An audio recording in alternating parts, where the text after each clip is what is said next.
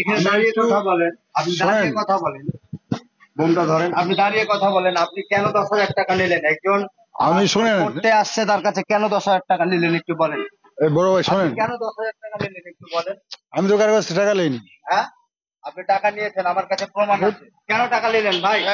একটু বলেন ভাই। ভাই কথা বলেন একটু কথা বলেন।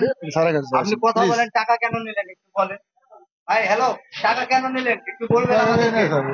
টাকা কেন নিলেন আপনি? 10,000 টাকা কেন নিলেন? টাকা আপনাকে দিয়েছে, টাকা বের করেন।